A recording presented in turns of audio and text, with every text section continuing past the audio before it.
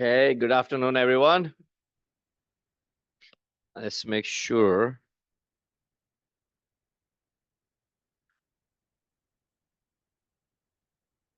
Mic testing, check one, check two. All right. Okay. All right. So let's continue our discussion of intrinsic and extrinsic semiconductors. And then we'll also look at a few technical details and definitions about particle properties. Okay. So before we switch, or sorry, before we begin, if anyone has any questions, please ask them now. No. I will make sure it's available later today. So homework 2 in preparation for quiz 3. Yeah. Any questions? Okay. All right. So we looked at just a brief recap, looked at intrinsic semiconductors, how intrinsic free carriers are generated due to thermal energy and no external application of any kind of energy source. To increase the number of charge carriers available for conduction, we introduce external atoms into our semiconductor material. These external atoms are known as impurities or dopant impurities. The process of introducing these atoms in the semiconductor is known as doping. Okay, so doping results in an excess of electrons or an excess of holes. Electrons have negative charge, so if there are excess of electrons introduced into a semiconductor, it is known as an N-type semiconductor. If an excess of holes are introduced, then they are known as a P-type semiconductor. By itself, an N or P-type semiconductor, not very useful. The magic happens when we bring them both together. Okay, that's something that we'll learn and look at in the next chapter. Okay. All right, so the equations that govern the charge carriers or the number of charge carriers, it's known as the charge carrier concentration equations. For N-type, it's listed here. P-type is at the bottom. N in this case refers to the number of carriers. It's not referred to anything else. It gets very confusing. Unless we understand the context, it gets very confusing. Okay, so N in this case refers to the number of charge carriers. And I refers to the number of intrinsic charge carriers. And then within this category, a subset is N and P, and N would refer to the number of electrons, and P would refer to the number of holes.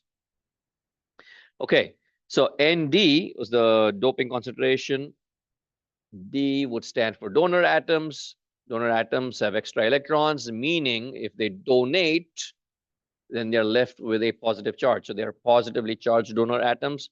Acceptor atoms are accepting electrons. That means they have a net negative charge. So acceptor atoms are negatively charged or negatively ionized atoms. Okay, negative ionized atoms. Okay. In a semiconductor, if it's a pure N-type or a pure P-type semiconductor, that means we are doping only with donor atoms. If you're doping only with donor atoms, we only have Nd in there and not Na, and vice versa, right? So if it's a N-type semiconductor, you have purely column 5 atoms. That means it's only donating electrons. And A could be 0. And in P-type, Nd, number of donor atoms could be 0. Again, positive and negative. Okay. In all cases, we assume charge neutrality. Okay, so when we begin solving problems, we always assume charge neutrality, which we saw on the previous slide. This is known as the charge neutrality equation. So overall, doesn't matter what our doping is, overall charge will remain neutral. Okay.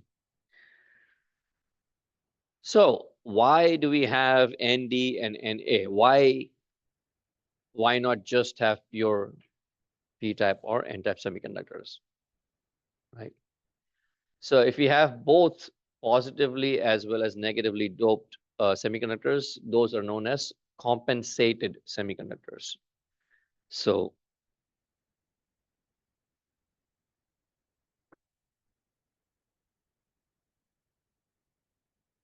semiconductors with both Na and Nd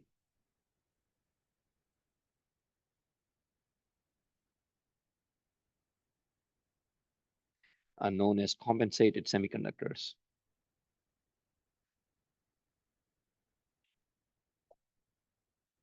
Okay. The reason we would do that is, and it would still be a p-type and a n-type semiconductor, but you would introduce a small amount of acceptor atoms in a n-type material, and we would also introduce a small amount of donor atoms in a p-type material. Okay, so Na is not completely zero, and Nd is also not completely zero. That is possible. And the reason we would do that is because of this. It goes back to the fundamental principle of why we dope these semiconductors. So we can control the properties. We can control the electrical properties. That's why we introduce these external impurities. Intrinsic carriers, we cannot control because they are dependent on temperature. So if we don't want the intrinsic carriers in interfering with our device performance, we want even more tighter control, then we would use compensated semiconductors. We would introduce both types of dopants in our material so that we can control the precise flow of electric current and hence the precise performance of the device. Okay, that's why we would use both kinds of dopant impurities. All right, let's take a pause. Let me know if you have any questions.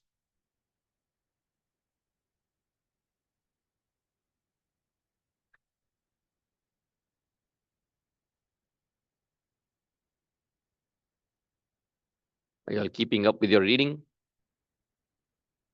Hopefully. Extra credit would be a good incentive. So second reading will be posted again alongside the homework. Okay, if there are no questions, let's now return to the other properties or intrinsic carriers.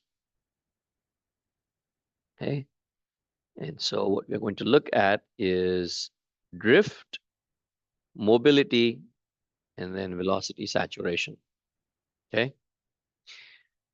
drift, as the name suggests, is a result of, well, drift current is a result of the intrinsic carriers drifting. All right, let's see.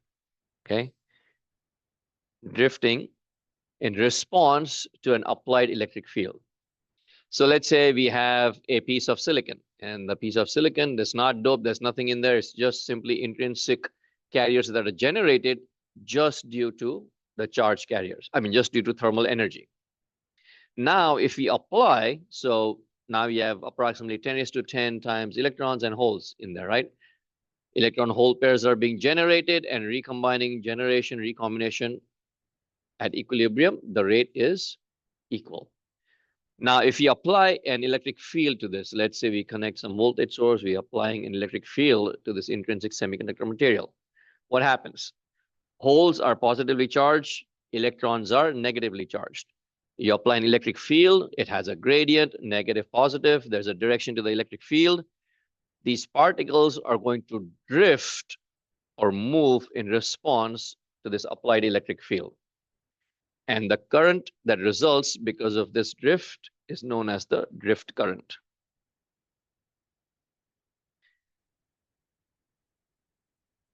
So this is a result of the drift of particles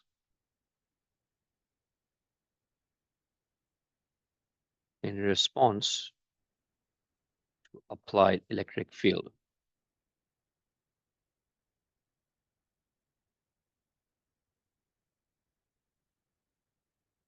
Okay.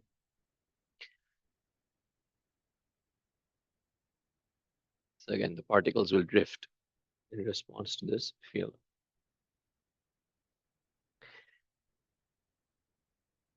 The current is measured in terms of the density, meaning we have a two-dimensional structure, so to speak. Electrons and holes are moving every which way in there. And so we define the current density J as equal to QV. Q is, of course, charge, the charge density in this case, and then V is the velocity. We would just say they're moving inside that structure. Electrons can move randomly. Holes are, of course, localized. Okay. Next is mobility. Mobility basically describes the ability of these particles to move in the lattice structure. And it is a material property that is dependent on the material that you're using. So silicon particles will have different mobility than germanium particles. Gallium arsenide particles will have different mobility compared to silicon and germanium. Okay. Sorry. So mobility is the ability, it measures the ability of the particles to move within the lattice structure. Okay. So we describe that the movement of these electrons within the lattice structure will result in some particle velocity. As we describe that using lowercase v, Vn stands for electron velocity, Vp stands for hole velocity. And because it's drifting in response to an electric field, we can say that the velocity is directly proportional to the applied electric field.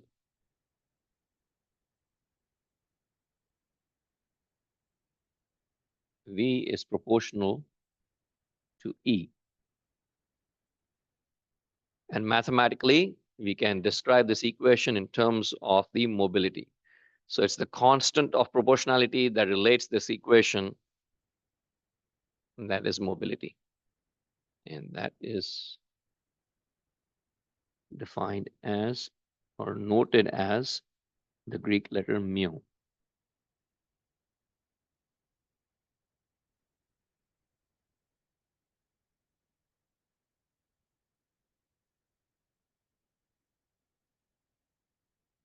Okay, Greek letter mu, mu.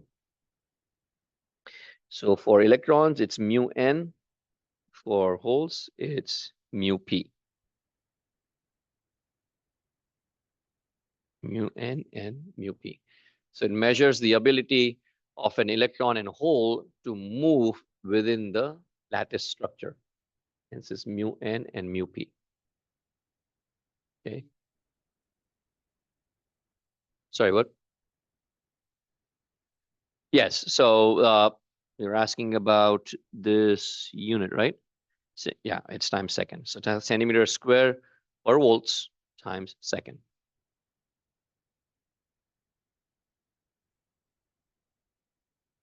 Okay. E is, of course, the applied electric field. Okay.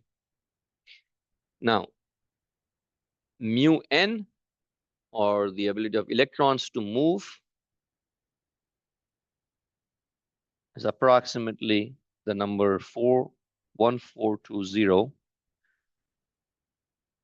centimeters square volts times second, and mu p is approximately 470.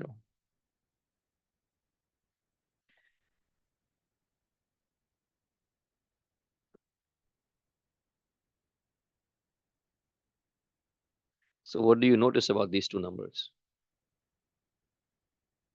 Almost 3 times as much for electrons, right? So if we think about it, again, goes back to the fundamental creation of holes is that holes are created only when electrons move out of their spot. So they are localized within the lattice structure. They can only move from spot to spot where the covalent bond used to exist. However, electrons are free to move anywhere. Okay, so the theory is that the electrons are free to move anywhere. They have higher mobility than holes. And going back and applying that to a practical example, if you have a device that operates primarily based on the conduction of electrons, that device will perform at higher speeds versus a device that is based on conduction of holes. Yes. Uh-huh. So it's centimeters square per volts times second. No.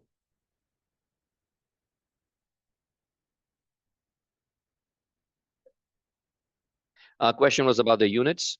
Is it centimeters square per volt second, or is it centimeters square per volts times second? It's times second.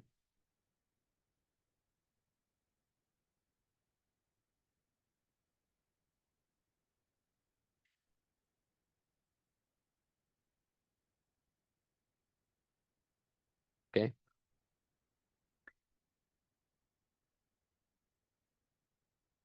All right. So everything in life, or everything in real life, has a limit. There is no such thing as an ideal element or an ideal device, right? So everything has a limit.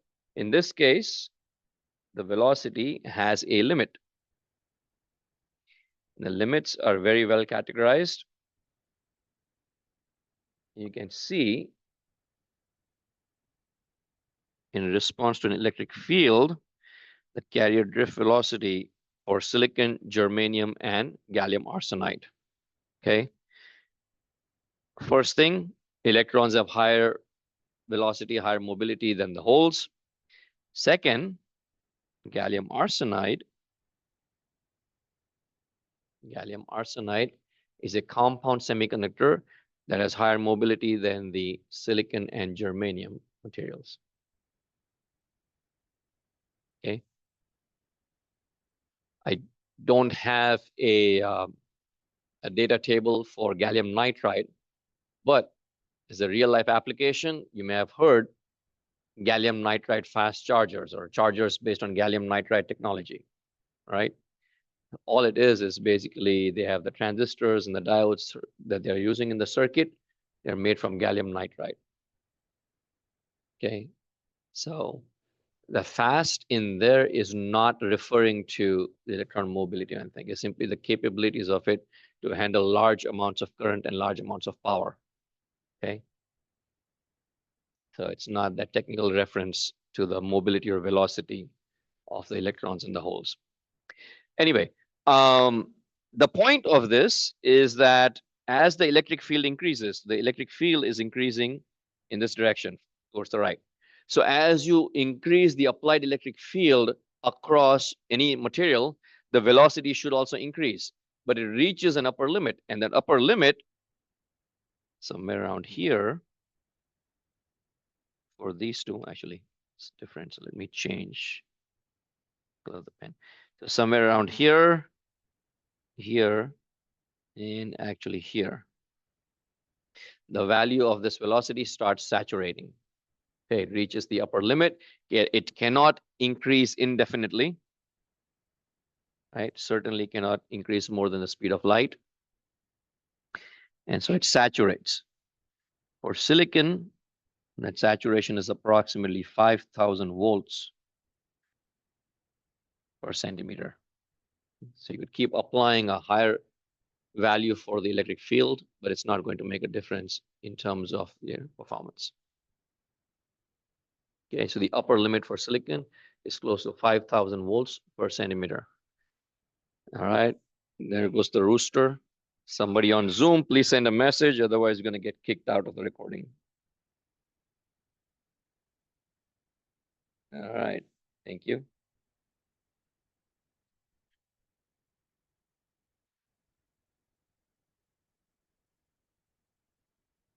Okay, any questions? Let's take a pause. Let me know if you have any other questions.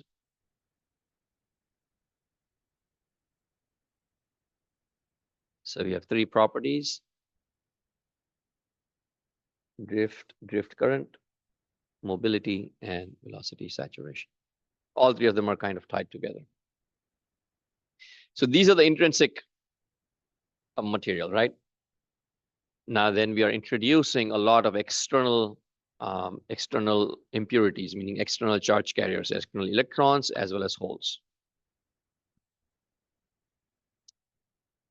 So again, let's use a real life example. If this room was completely empty, no benches, no nothing, you wanted to race from one wall to the other wall on the opposite side of the room, you need to be able to do as fast as you can go, right? Yes. So your velocity and your mobility would be higher. The value would be higher. We introduce benches and desks and chairs in here. Now you want to race through. Well, you have some hindrances in the way. You add people in addition to the benches and the desks and the chairs. More hindrances in the way. So now your velocity, your mobility, everything starts decreasing. The same thing happens in semiconductors. We have intrinsic charge carriers. Then we introduce a whole bunch of other electrons, a whole bunch of other holes in there. So now the semiconductor material is populated with holes and electrons. So that's one effect. You have more particles in your lattice structure. And so the mobility of your carriers is now reduced.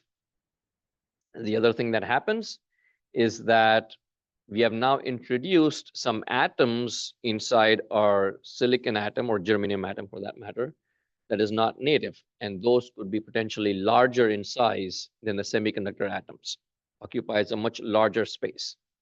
Plus, they are charged. They're ionized atoms, right? Na and Nd, right? Nd have positive charges and A have negative charges.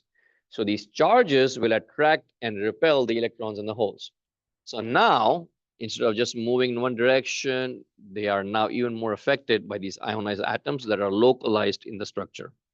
So all of that combines to reduce the mobility in extrinsic semiconductors. So compared to extrinsic semiconductors, well, the downside is that the mobility is slightly reduced. So charge carrier concentrations and mobility of a doped semiconductor. So this chart right here shows you how the mobility of a doped semiconductor can decrease with increasing dosage of the impurity dopant. Okay, and that is why there is an upper limit on how many electrons and holes we can introduce into an intrinsic semiconductor material, because it reduces the mobility and it again saturates at a level. So beyond 10 raised to 20, mobility is reduced and saturates at a level. Okay, remember intrinsic carriers in silicon, typically 10 raised to 10. Upper limit of extrinsic doping would be about 10 raised to 20. All right, let's take a pause. Let me know if you have any questions.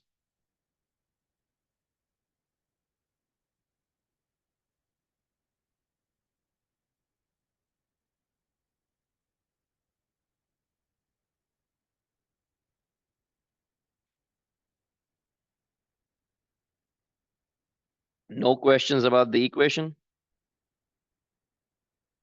All numbers in there except for NT. NT stands for the total number of dopant atoms in there, which of course we know because we have specified the dosage for the doping.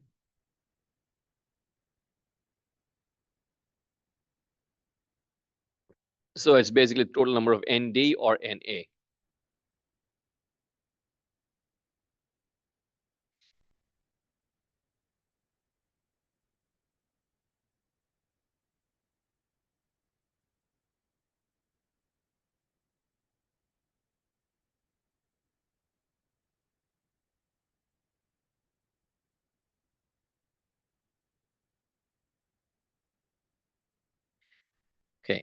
We have two more concepts we need to get through.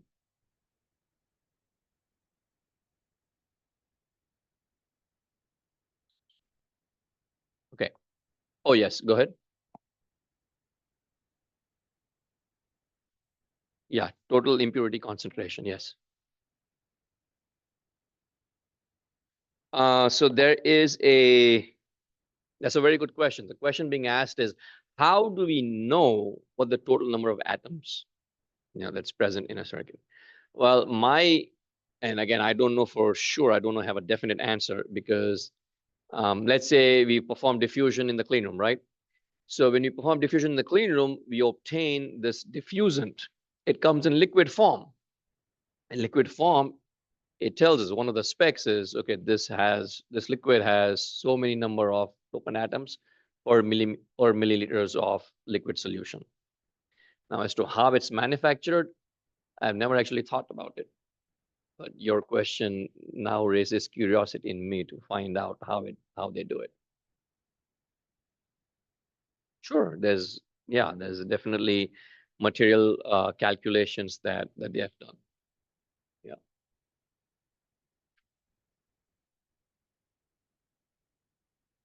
Okay. All right. So two more things. If this, all right. So we had drift current, right? Drift current. And then something that is unique to semiconductors or unique to doped semiconductors is diffusion current. Okay. Diffusion current results because of the non-uniformity in doping concentrations. As an example, not a semiconductor, but let's say an example of a liquid. Let's say we have some sort of liquid, it's at a higher level. You have perhaps all seen examples previously where you have like a pipe, it's bent, or it's one end of the pipe is at a higher level, and you pour liquid down it. What happens? Liquid is going to go through that pipe level until it like levels out, right? And so it's the same principle that applies here. Because there is a gradient, there is an excess of positive charges on one side, excess of negative charges on the other side. The concentrate, because of the doping concentration, these carriers are going to diffuse through the material in an effort to level out. And because it's diffusing, it results in movement of charge, which results in a current that we term as diffusion current. The diffusion currents are present due to the non-uniformity in doping concentrations. It's only observed for obvious reasons in a doped semiconductor. It does not occur in metals. It does not occur in intrinsic semiconductors. It is solely a result of doping impurity concentrations. Okay. And so because of the non-uniform doping concentrations, there is a gradient that exists.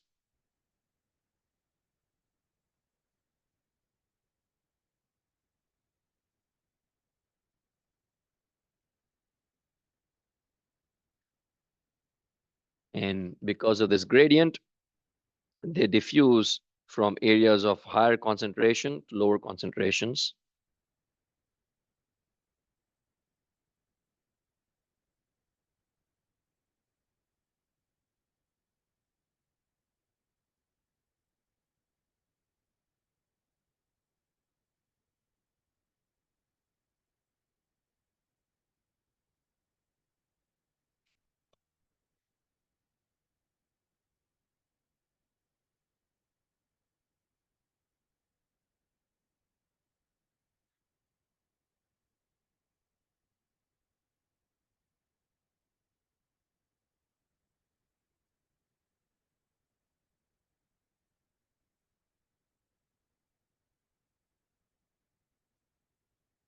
Which results in diffusion current.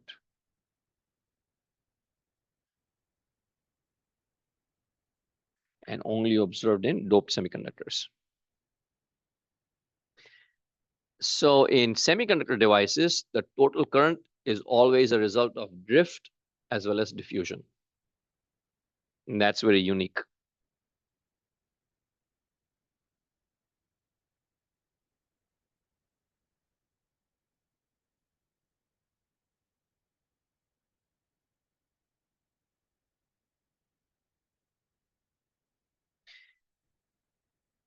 So this concept, please keep this in mind or retain this, because when we get to PN junctions, PN junction diodes in chapter 3, this is one of the fundamental concepts in PN junctions. Okay. This is the higher end. This is the lower end.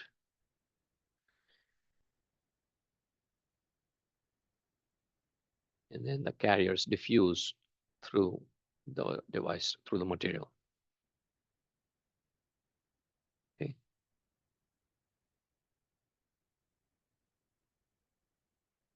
Okay, let's see. We have about 18, 17 minutes left. So thermal voltage, one of the most important quantities that we will use in equations, or it will show up in all of the equations.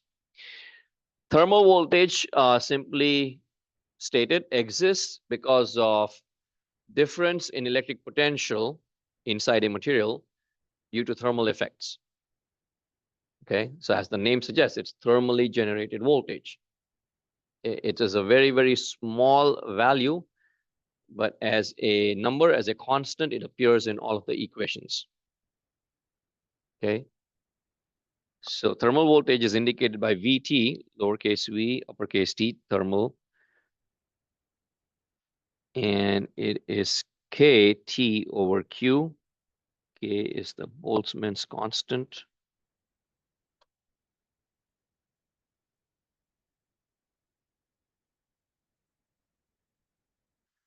T is the temperature in Kelvin. And Q is 1 unit charge.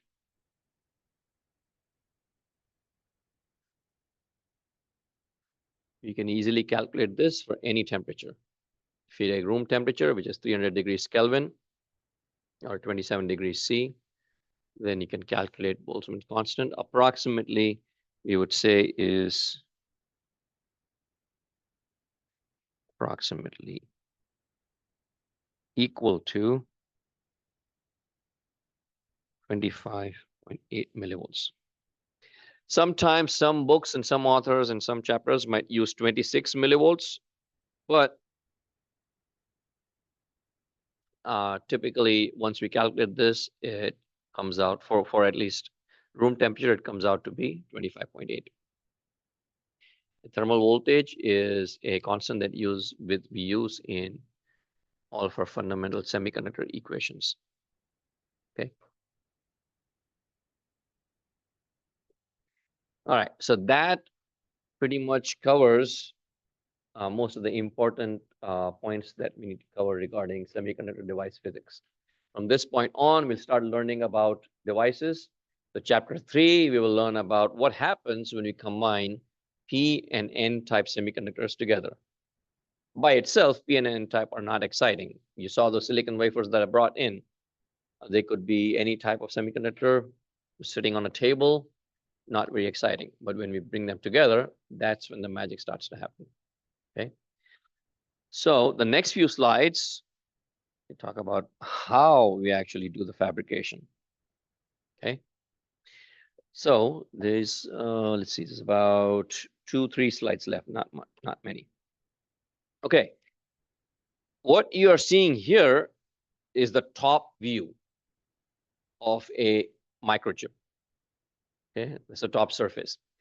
So again, if you remember the wafers the silicon wafers that I passed around, very, very thin compared to the 2 dimensions, right?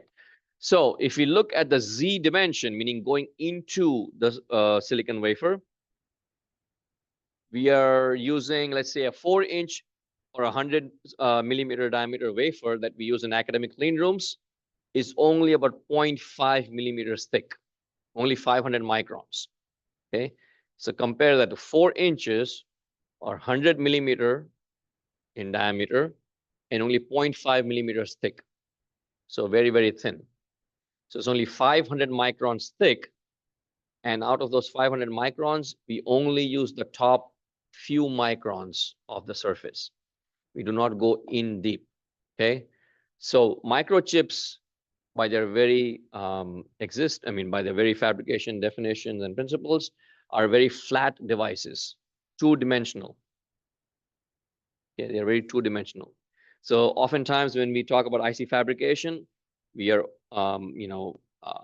showing images and pictures that are of the top view. Sometimes we expand the side view, and I believe I do have images of side view profiles from, yeah, these are side view. Okay, these are illustrations. So this one is an illustration. This is an actual SEM image of an actual device. Okay, SEM stands for scanning electron microscope. So that's what it stands for. This is an actual device.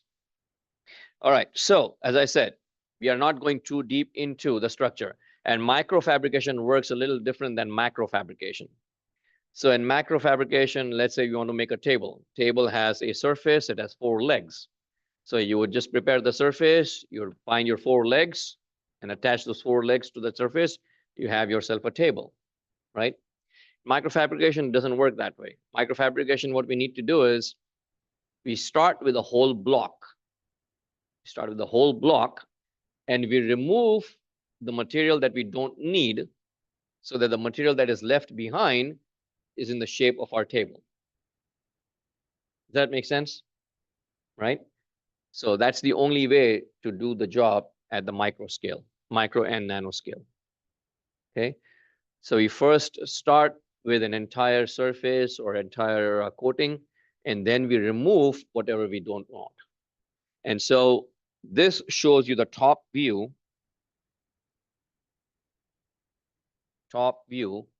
of a microchip device. It's an illustration.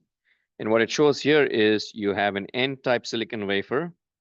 Again, you're looking at this from the top. If you're looking at this from the top, you have an N-type silicon wafer. Inside this N-type silicon wafer,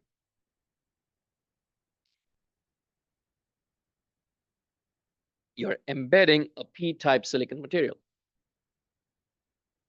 Okay. So inside the wafer, underneath, which we can't see from the top, underneath the P-type is the junction point of P and N-type material wafers.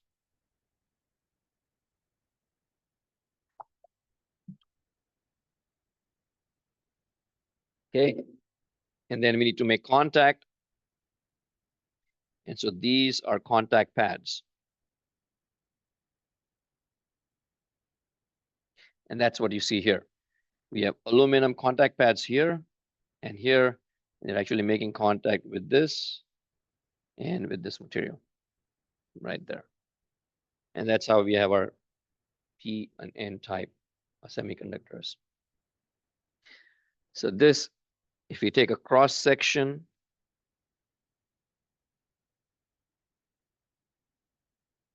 of this illustration and look at the side view, it looks like this. Again, this is from the cross section. These are all side views. Okay, these are all side views. And the Z direction is exaggerated. Okay, it's not as deep as it's shown here. It's 500, and you're only going as deep as 1 or 2. That's it. The 500 microns, and we are at the 1 or 2 microns. Not even that much. Typically, it's like 0.5, 0.4. So we start with the N-type silicon. In the N-type silicon, we grow a layer of silicon dioxide. The special thing about silicon dioxide is that it is an excellent electrical as well as thermal insulator. And it's very easy to grow.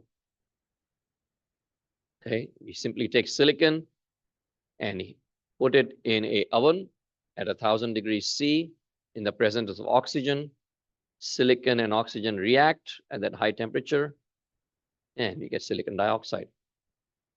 Anyone ever seen silicon dioxide before?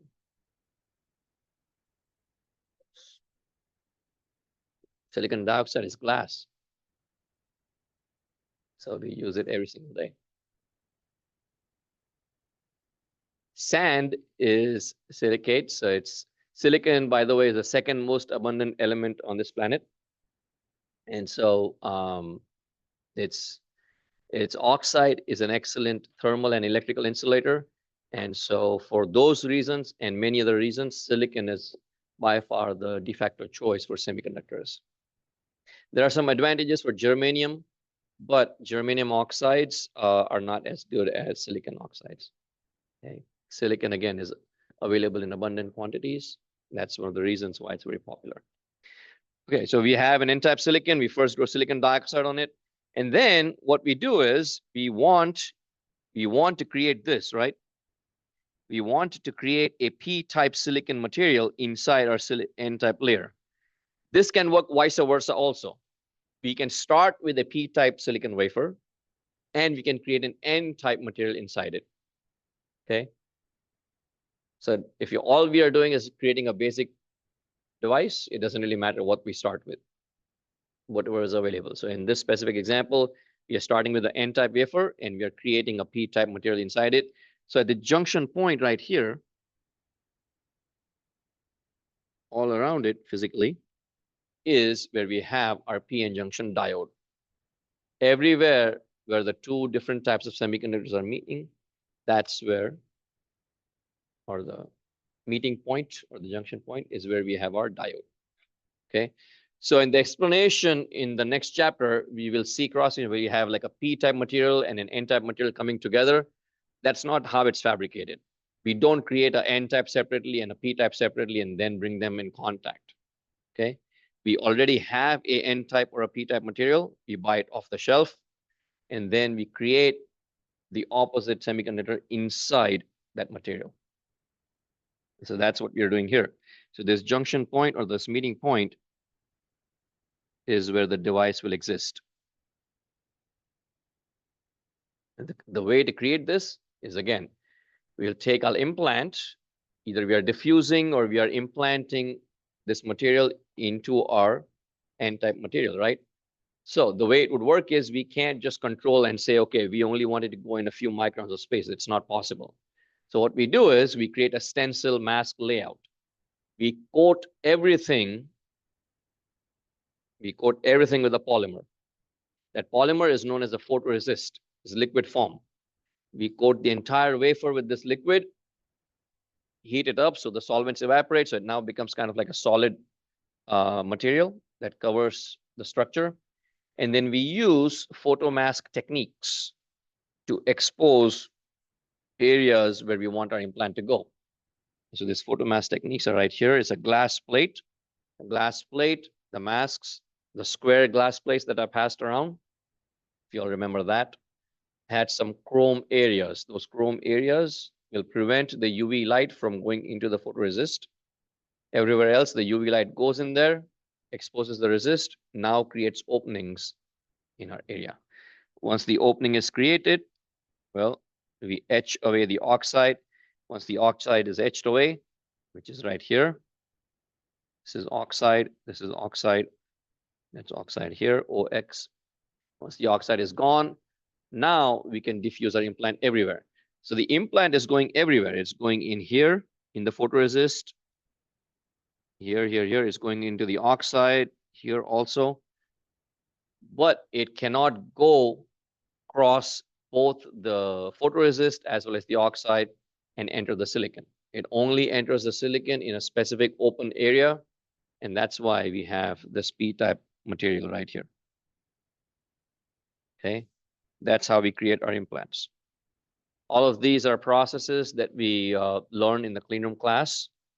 So the first, we have like 4 furnace processes where we have oxidation, we have diffusion, we have metal deposition, we have patterning, we have photoresist application, removal of the photoresist. All of this requires usage of like gases and chemicals, deionized water, nitrogen gas. All costs all costs a lot of money. It's a very expensive process. And that's why there are very few companies in the world that can actually do this. Okay. So it's a highly specialized skill set. And then once we have our P-type material, we want to go in there and we want to make contact with our material. So again, we do the same thing. We cover it up again, create another layer of oxide. Once we have a layer of oxide in there, we're going to do again the same thing, cover everything with photoresist, do another round of patterning, open up holes. Right now, the opening is created here, where we actually want to make metal contact with our semiconductor material. We deposit aluminum. That's one of the most popular forms of making contact with our semiconductor devices. And then once we pattern the aluminum, these form our contact pads. The contact pads are far larger than the actual device itself. Okay. And so once we bring it out, we can actually make, we can bond it with some wires, and then wires will come out of our microchips as those microchip legs that you see on the outside. Everything is encapsulated and hermetically sealed inside a epoxy or plastic packaging. Okay. The actual inside of the package is very, very small, few millimeters in size. And that is IC fabrication. Very quick, very short explanation. But again, as I said, if that's something that interests you, you can look up the class and you can register either this winter or next winter. 423 and 473. EE 423, EE 473. All right, so we'll end class here today. We'll pick up on Monday first with the quiz and then with the chapter 3. Quiz will be based on material that we covered on Friday, Wednesday, and Monday of this week.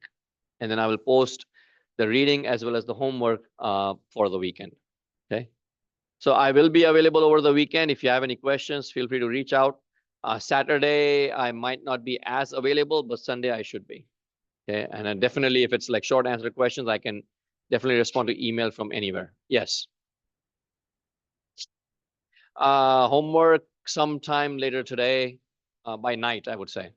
I will post an announcement on Canvas that homework and is posted. Okay. All right. Have a good weekend, and I will see you all on Monday.